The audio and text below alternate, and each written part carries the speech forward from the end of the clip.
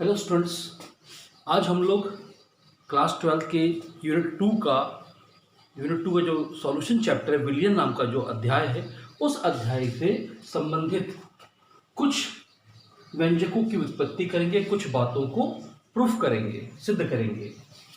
आइए देखते हैं। हमारे पास 3 चीज़ें हैं जो हमें सिद्ध करनी है। पहला, सिद्ध कीजिए कि वाष्प दाब में आपेक्षिक अवनमन। वाष्प दाब में आपेक्षिक अवनमन क्या होता है बेटा? PA0 minus PA upon PA0। वाष्प दाब में आपेक्षिक अवनमन विलेय के मोल प्रभाज के तुल्य होता है। तो विलेय का मोल प्रभाज क्या होता है बेटा? XB होता है।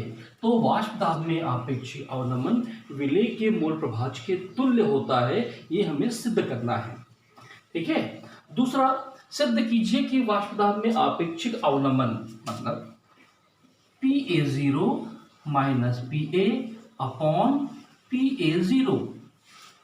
सिद्ध कीजिए कि वाष्प दाब में आपेक्षिक अवनमन एक अणु संख्यक गुणधर्म है। तो हमें यहां पर इसको सिद्ध करके बताना है कि PA0 minus PA upon PA0 equal to NB upon NA plus NB।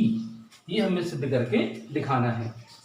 दूसरी बात, अब हम बात कर रहे हैं कि एक और हमारे सामने सिद्ध करने के लिए चीज है कि सिद्ध कीजिए कि वाष्प दाब में अवनमन। वाष्प दाब में अवनमन क्या होता है? PA0 minus PA। वाष्प दाब में अवनमन विलेय के मोल प्रभाज, विलेय का मोल प्रभाज क्या होता है? XB। विलेय के मोल प्रभाज के समानुपाती होता है। ये हमने समानुपाती का चिन्ह लगा दिया और इस तरह से हमें ये 3 चीजें सिद्ध करनी है। तो अब हम डेरिवेशन सीखने जा रहे हैं। तो देखिएगा ये डेरिवेशन हम कैसे सिद्ध करेंगे, और ये एग्जामिनेशन में बहुत ज्यादा इंपॉर्टेंट क्वेश्चंस होते हैं। आइए इन तीनों चीजों को हम एक ही तरीके से, एक ही डेरिवेशन से सारी चीजें हम सिद्ध कर देंगे। तो आइए चलते हैं। सबसे पहले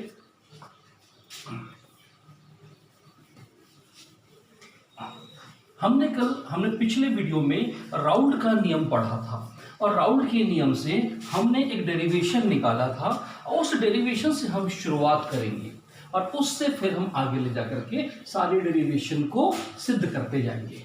आइए, तो सबसे पहले हमने कल पढ़ा था राउल्ट का नियम। राउल्ट का नियम, तो राउल्ट के नियम से हमें जो डेरिवेशन मिला था कल, वो था PA equal to PA0 into XA। कल ये डेरिवेशन हमने निकाला था राउल्ट के नियम से पिछले वीडियो में।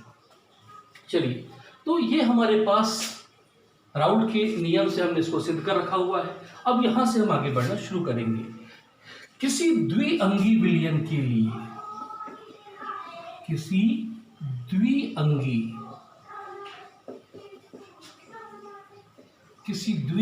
विलयन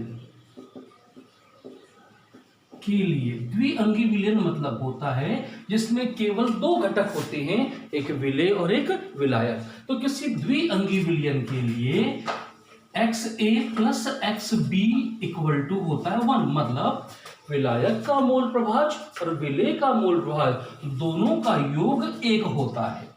तो दोनों का योग 1 होता है। ये कैसे होता है अगर आप देखना चाहें तो हम यहाँ पर अब देखिए, हम दोनों के मान रख देते हैं तो हमें चीज पता भी चल जाएगी। देखिए, XA का मान होता है NA upon NA plus NB plus XB का मान होता है NB upon NA plus NB। आइए हम दोनों का योग कर देते हैं। दोनों में कॉमन क्या निकलेगा बेटा? NA plus NB। अब जानते हैं कि इसमें इससे भाग देंगे, इसमें इससे भाग देंगे तो कितना आएगा? 1, और 1 का गुणा कहाँ होगा? ऊपर। ये हो गया NA आ गया। अब इससे इसमें भाग देंगे, तो इससे इसमें भाग देंगे, कितना आएगा? 1 का गुणा ऊपर करेंगे, कितना आएगा? NB। और देखिए, दोनों ऊपर के मान समान है, नीचे के मान समान है, दोनों कट जाएंगे तो कुल राशि कितनी आएगी? 1। तो विलेय का मूल प्रभाज और विलायक का मूल प्रभाज अगर हम दोनों का योग करते हैं तो उसका मान कितना आता है? 1। आइए, अब हम यहां से XA का मान निकालेंगे क्योंकि हमको यहां पर XA का मान रखना है। तो XA का मान निकालने के लिए एक्स ए बराबर, देखिए इसको हम उधर ट्रांसफर करेंगे 1 माइनस एक्स बी। चलिए एक्स ए का मान आ गया। अब एक्स ए का मान हम यहां पर रखने जा रहे हैं। तो समीकरण एक में एक्स ए का मान रखने पर, चलिए मान रख देते हैं। हमारे पास ये समीकरण एक है, P A equal to P A zero into 1 minus X B. हमने यहां पर एक्स ए का मान रख दिया।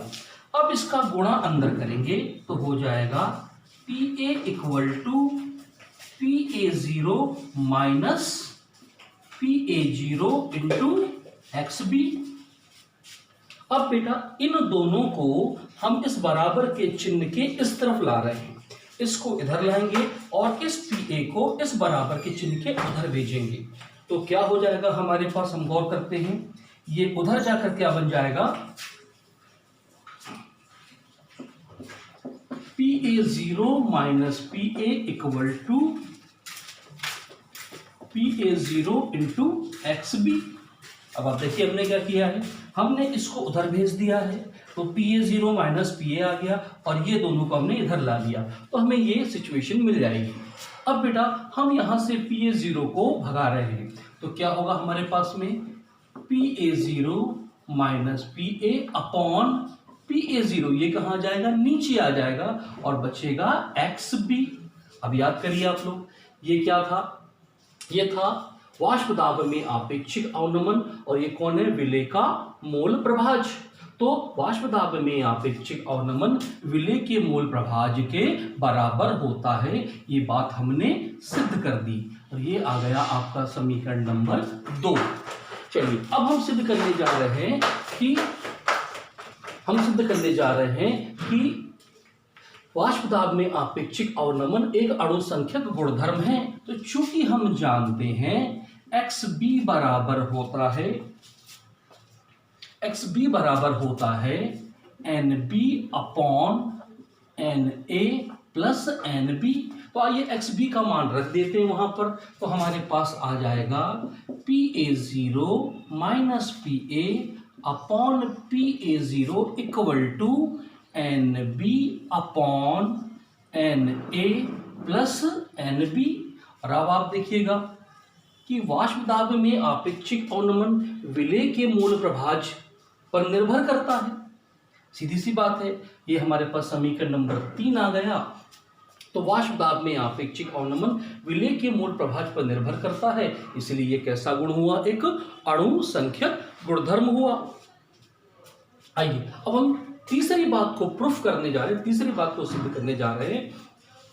तो तीसरी बात को सिद्ध करने के लिए हम समीकरण नंबर 2 में चलते हैं। समीकरण नंबर 2 हमने लिया P A zero minus P A upon P A zero equal to X B. अब आप देखिएगा मैं इस पी ए जीरो को वहां भेज रहा हूं, तो हम इस पी ए जीरो को जैसे ही वहां भेजेंगे तो हमारे पास सिचुएशन ऐसी आ जाएगी, P A zero into X B. अब चूंकि हम सभी जानते हैं पी ए जीरो क्या होता है, शुद्ध विलायक का वाष्प दाब, और शुद्ध विलायक का वाष्प दाब एक स्थिरांक होता है।